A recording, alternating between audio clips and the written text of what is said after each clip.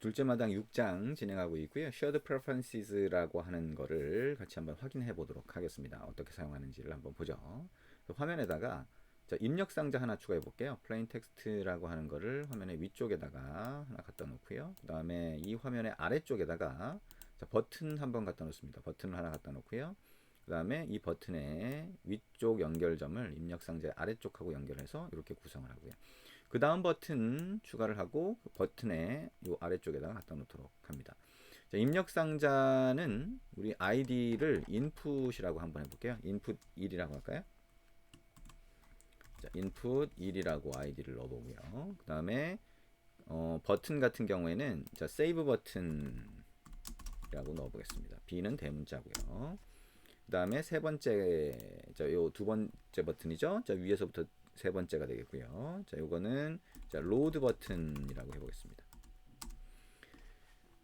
그리고 입력 상자에 표시된 name이라고 하는 거는 텍스트 속성 값으로 가서 삭제를 하고요. 그다음에 요 버튼에는 자, 버튼 선택을 해서 텍스트 속성을 찾아서 저장하기 이렇게 해보죠. 그다음에 그 다음 버튼에는 자, 가져오기 이렇게 해보겠습니다.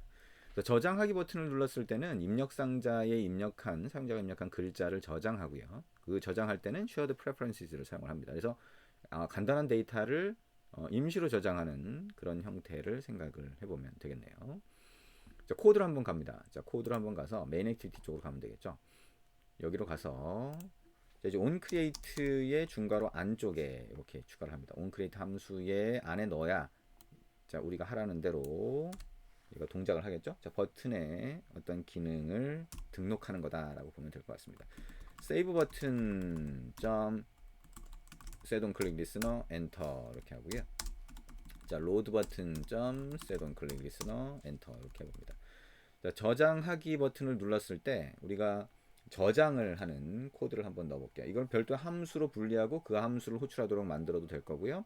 아니면 직접 코드를 넣어봐도 될 것 같습니다. 직접 한번 코드를 넣어볼까요? 입력 상자가 input 1이니까 var input 1이라고 하고 자, input 1.text.toString이라고 하면 사용자가 입력한 글자를 가지고 와서 input 1이라고 하는 변수 상자에 할당을 할 겁니다.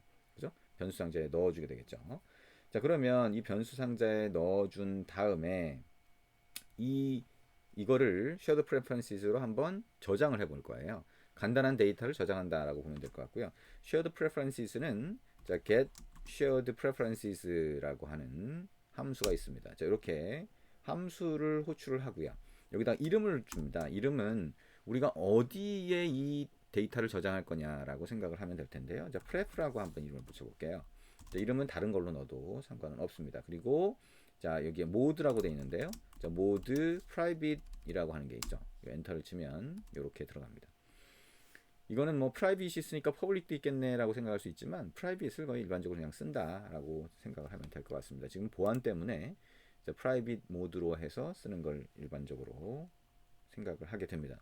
VAL이라고 해서 pref라고 하는 이름의 변수 상자를 만들어서 shared preferences라고 하는 거를 변수에 할당을 합니다. 그리고 이 pref라고 하는 거에 edit라고 하는 함수를 실행을 하면 얘를 수정할 수가 있어요. 수정 edit라고 하고 여기에 바로 이어서 put string 이렇게 한번 해봅니다. put string이라고 하고요. 여기에 username이라고 하는 키로 해서 자, input 2를 넣어줄 수가 있고요. 이거를 commit 이렇게 할 수가 있습니다. commit이라고 하는 게 있는 거 보니까 여러 개를 한꺼번에 실행할 수도 있나 봐요. 그죠?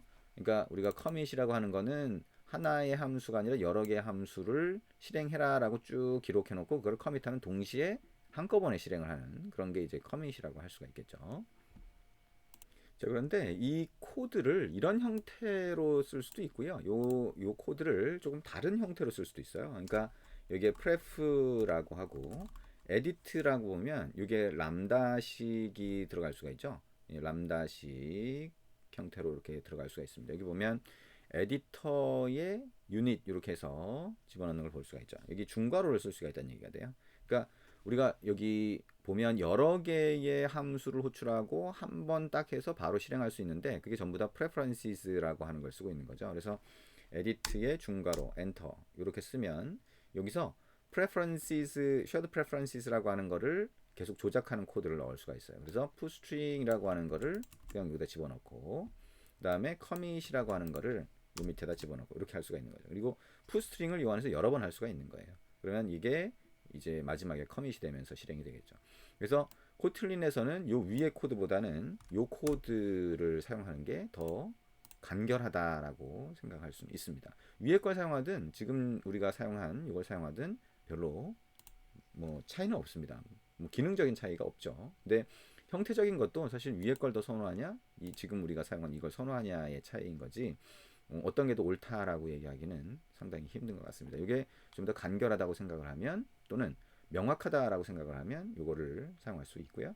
뭐 이 코드를 더 권장한다라고 얘기할 수는 있겠습니다. 자, 그리고 로드 데이터라고 하는 게 있는데요. 자, 로드 데이터 같은 경우에는 읽어드리는 거죠. 그러면 똑같이 shared preferences를 참조하게 됩니다. var pref라고 하고요. 이거를 get shared preferences라고 하는 걸 하게 되는데 위에서처럼 pref라고 하면 똑같이 shared preferences라고 하는 걸 가져오겠죠.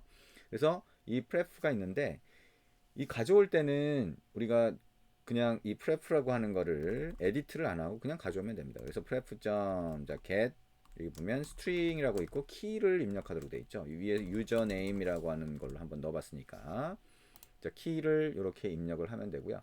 자 키에 해당하는 게 없을 수도 있겠죠. 키를 잘못 입력을 했거나 또는 없는 거를 확인해 보려고 했거나 그러면 디폴트 값 없으면 빈 값을 준다라고 하고 그거를 var 유저네임으로 변수를 만들어서 변수를 선언하고 거기로 할당할 수가 있습니다. 그리고 그거를 입력 상자에 다시 보여주도록 합니다. input 1.text라고 하고요. 여기에 유저네임 이렇게 해볼 수가 있겠네요.